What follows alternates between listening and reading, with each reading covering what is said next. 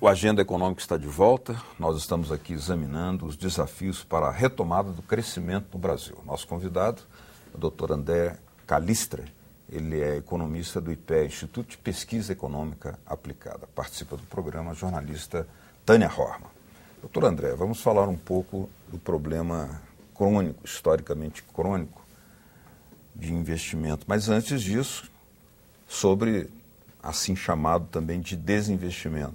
Desde 2008, quando começaram os cortes de impostos com o objetivo de estimular as vendas e ampliar o consumo no Brasil e também a produção, as filiais ou subsidiárias das multinacionais enviaram para o exterior um total de 102,3 bilhões de dólares a título de lucros e dividendos, 62,3 bilhões de dólares como amortizações de empréstimos intercompanhias e 54,3 bilhões de retorno de investimentos diretos estrangeiros, totalizando 219 bilhões de dólares nesse período.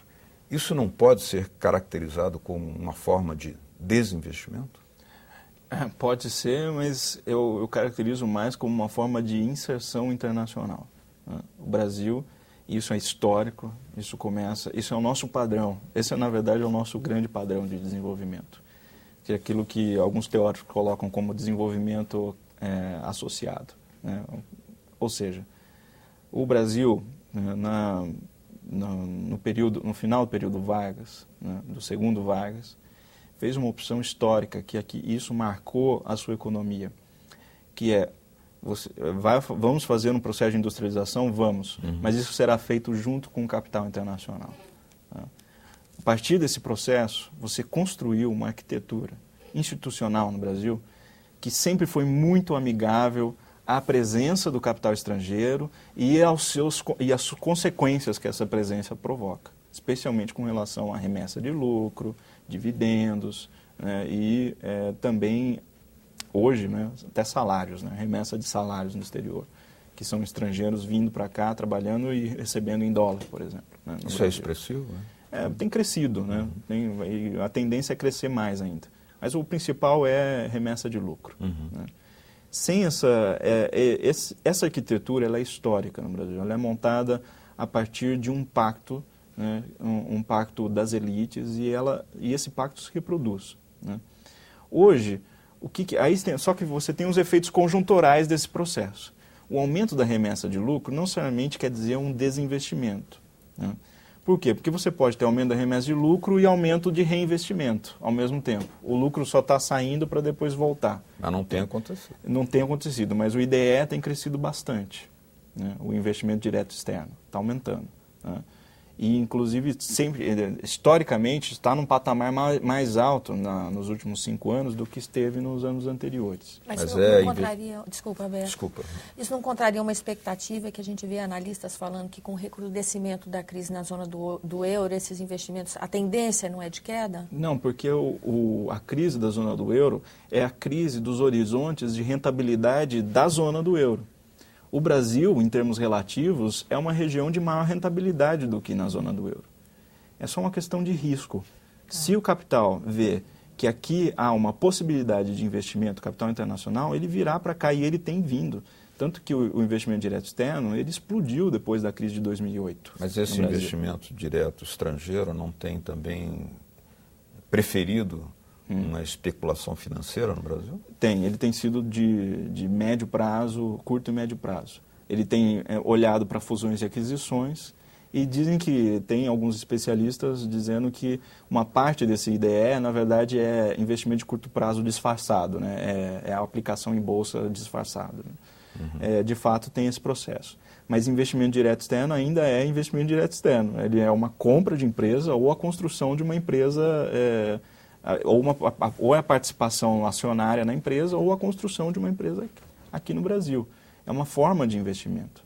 O problema é você financiar o investimento doméstico com o investimento direto externo. Isso tem um impacto nas contas de remessa de lucro, nas contas de rendas enviadas ao exterior. Né? Então você tem um rebatimento dinâmico. O Brasil, ele ele é um grande absorvedor de capital internacional na América do Sul, né? A nossa posição líquida internacional no investimento é menos 460 bilhões de dólares, né? Que mostra o tamanho da absorção de capital que o Brasil faz, né? Essa absorção é uma fonte de financiamento interna, né? Porque você está recebendo dólares. Só que ela tem um efeito nas transações correntes, que é a remessa de rendas. Crescente. Né? Que é crescente. Então, quanto maior for o movimento da conta capital e financeira no Brasil, quanto maior for a magnitude de absorção de capitais que o Brasil assumir, maior vai ser esse impacto na conta de lucros remetidos ao exterior, juros enviados ao exterior, né? Ou seja, o serviço que eu pago para ter acesso a esse financiamento. Agora, isso não necessariamente se conecta com a ideia com o desinvestimento. Pode ser que o acesso ao IDE aumente a taxa de investimento doméstica, né? O que no Brasil, qual que é o problema? Por exemplo, quando deu aquela crise, o primeiro dado de PIB industrial, que saiu no começo de 2012, foi também uma das maiores taxas de investimento sobre o PIB que nós tivemos, que chegou próximo dos 20%. Né? Doutor André, falando do consumo, nós temos a presidenta Dilma atestando que o Brasil tem uma demanda de consumo crônica, reprimida, né? Ao mesmo tempo, você tem a equipe econômica defendendo uma contenção do salário do funcionalismo e da aposentadoria. Isso é um contrassenso? Não, eles não querem o salário do funcionalismo público, né? Agora, para o salário mínimo, o governo é altamente progressista, né? Isso, na verdade, eu acho que é o grande sustentáculo do crescimento do Brasil no próximo ano vai ser essa manutenção da política de salário mínimo. Porque o que o governo está pensando? Que a força do mercado interno está nas bases da pirâmide e não na ponta da pirâmide. Eles estão concentrando todos os esforços para aumentar essa base o máximo possível. E o principal dessa política de aumento da base é o salário mínimo. Doutor André, é o principal instrumento. Desculpa, no início do nosso programa o senhor falou que o consumo no Brasil ainda carece de uma sofisticação. Então, voltando agora que nós estamos falando de consumo, o senhor pode explicar melhor esse conceito para mim? Consumo de massas, né? Sim, o consumo de massas, qual que é a sofisticação que nós tivemos no Brasil hoje? Os brasileiros trocaram a linha branca, essa sofisticação. Ou seja, ele trocou o refrigerador que ele tinha da década de 80 para um refrigerador novo, né? Ele trocou o fogão que ele tinha, que não funcionava mais, por um fogão novo. É pouco, né? É pouco isso. Então, essa demanda realmente é reprimida a sofisticação, o que é sofisticação? É você avançar nos bens de consumo duráveis, né? Avançar na tecnologia desses bens. Então, você vai consumir computador, você vai consumir não só o celular, mas o celular com internet, avançar nesse processo do consumo tecnológico. Mas é também a sofisticação nos serviços. Então, você está ampliando a base de consumo dos serviços no Brasil. Aliás, esse é um dos motivos do aumento de preços, né? Que é uma coisa boa, né? Essa é uma inflação que eu gostaria de ter.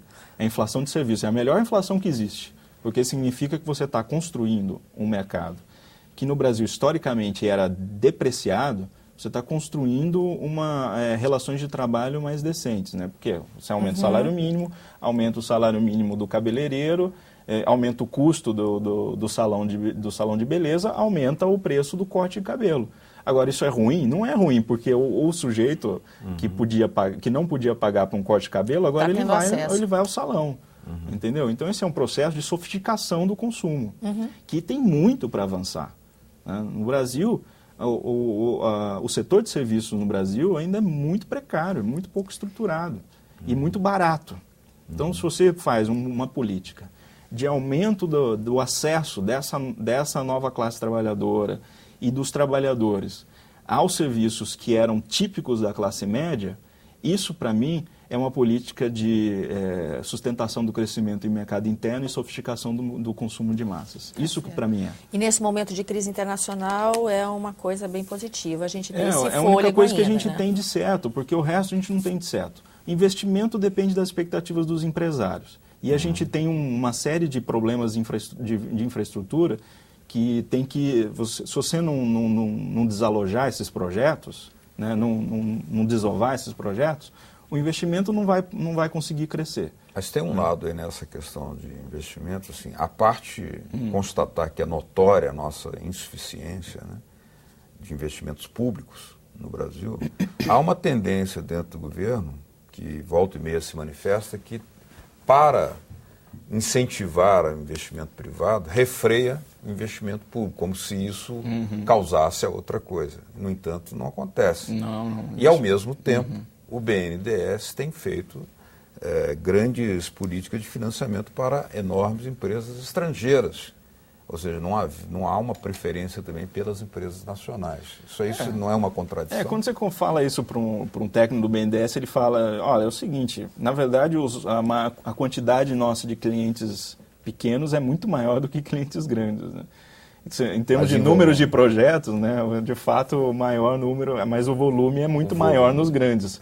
Mas aí é porque as necessidades de financiamento dos grandes são maiores, né? Isso não quer dizer que é porque não tem projetos, tem muita discussão sobre isso, né? Agora, de fato, a atuação do BNDES, como é uma atuação que tem critérios de rentabilidade, por mais que tenha um subsídio, que seja juro subsidiado, o BNDES tem que gerar lucro, ele transita nos centros dinâmicos da economia brasileira. Mas não deveria haver um reajuste nesses critérios? Deveria, mas isso é uma discussão política. Tem duas coisas que precisa discutir no BNDES, com relação ao BNDES, na minha opinião. Primeiro, essa questão da rentabilidade. Até que ponto isso tem ou não, o que é subsídio, o que não é. Isso precisa ser politicamente definido. Porque a regra que está agora é a regra de sempre. A outra coisa é financiamento a latino-americanos.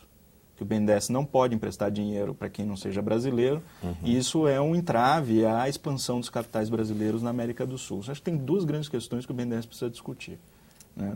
O entendimento legal? É um entendimento interno, na verdade. É impedimento? É um impedimento do seu regimento.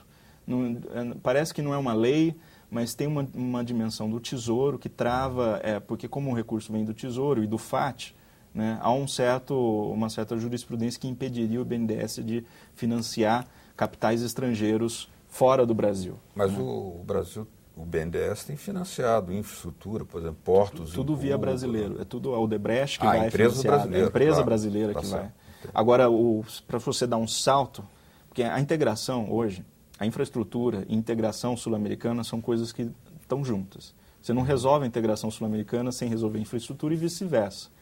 E a infraestrutura no Brasil, como ele é um país continental, o investimento em infraestrutura, que é a base hoje da necessidade de investimento do Brasil, ele não está descolado da questão sul-americana.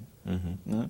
Você tem grandes projetos que conectariam regiões internas do Brasil, que têm necessidades de aumento da sua infraestrutura domésticas, mas que são investimentos sul-americanos. Se você não resolve esse problema da integração sul-americana, você não vai conseguir desengatar o investimento interno no Brasil. Então, a minha opinião hoje é que para você ter uma política de retomada do investimento, você tem que rediscutir, ou colocar de novo na pauta, na agenda política, a integração física da infraestrutura sul-americana. Ela é o grande espaço que nós temos para alavancar esses projetos de escalas continentais, né? Esses projetos de infraestrutura de escalas continentais, que é o que o Brasil precisa. Agora, na semana passada, a presidenta Dilma falou sobre a crise internacional, a falta de uma luz no fim do túnel. O ministro Guido Mantega também falou do problema, dizendo que a luz que vinha era exatamente uma locomotiva que vinha no nosso sentido, né? Isso tudo no mesmo dia em que foi anunciado uma linha especial de crédito para os estados de 20 bilhões de reais. Essa já é uma medida para proteger o Brasil do agravamento? Até que ponto também essa linha vai favorecer os investimentos em infraestrutura que o senhor falava agora? Não é? Que análise que o senhor faz? Essa linha que o IPEA tem uma pesquisa, a gente vai lançar também, acho que semana que vem ou na próxima, mas o governo já tinha percebido isso. É que o investimento público caiu, né? Todo mundo viu, caiu muito o investimento público. E foi nos estados onde mais caiu. Foi puxado pelos estados, especialmente São Paulo. E é justificado por essa dívida dos estados? Não necessariamente. Tem uma dimensão doméstica ali dos estados de financiamento e de prioridades de projetos. Tem uma questão da lei da responsabilidade fiscal, tem toda uma arquitetura institucional que é pouco favorável à promoção do investimento público. Mas não necessariamente isso é peso da dívida, porque a dívida cresceu em termos nominais, mas em termos reais ela está estável, a dívida dos estados. Né? E embora os governadores falem diferente. E a capacidade, mas eles olham sempre o nominal, eles estão olhando o estoque da dívida nominal. Uhum. Mas se você pega o real da dívida, o lado real, e a capacidade de pagamento da dívida melhorou nos estados. Esse projeto, essa liberação de 20 bilhões para os estados, recebeu pelo menos 2 críticas aqui na semana passada. Né? O senador Roberto Requião propunha que houvesse a permissão de transformar a dívida dos estados para a União em investimento. E a senadora Ana Amélia Lemos mostrou-se preocupada com o agravamento do endividamento crônico dos estados sim. Com esse novo empréstimo. Né? A minha sugestão vamos olhar mais a dívida com relação à capacidade de pagamento e a dívida real. Em termos nominais, é muito complicado você olhar a dívida em termos nominal. Ela funciona para a família, entendeu? Para a família doméstica é importante, de fato, você saber quanto cresceu a dívida nominal. Agora, a relação de um ente federativo com a União, esse processo de endividamento ele tem entre outros dinâmicas. Agora, essa questão dos 20 bilhões, ela não vai resolver o problema do investimento no Brasil. Ela está atendendo a uma dinâmica específica do investimento público nos estados. Tá? Para você resolver o investimento do Brasil, você tem que ter projetos de maior escala. E como eles estão na praça, né? O Plano Brasil Maior, essa que é a questão, os projetos eles existem, né? As arquiteturas elas estão montadas. O que você precisa é ter um movimento político de priorizar o investimento em relação às outras variáveis. Enquanto isso não for colocado como prioridade, dificilmente a gente vai conseguir desengatar esse investimento de grande escala e esse investimento calcado na infraestrutura que o Brasil precisa. Ok. Muito obrigado, doutor André Calistre. O Agenda Econômica está chegando ao seu final. Nós queríamos, além de agradecer ao doutor André e colocarmos novamente o programa Portas Abertas para debater esses e outros temas, agradecer também a vocês de casa que nos acompanharam. Agradecendo também minha colega Tânia Horman pela participação. Caso queiram mandar críticas ou sugestões aqui para a Agenda Econômica, o site é esse que está aí na sua tela, www.senado.gov.br/TV. Obrigado mesmo pela sua atenção. Até o próximo Agenda Econômica. Tchau.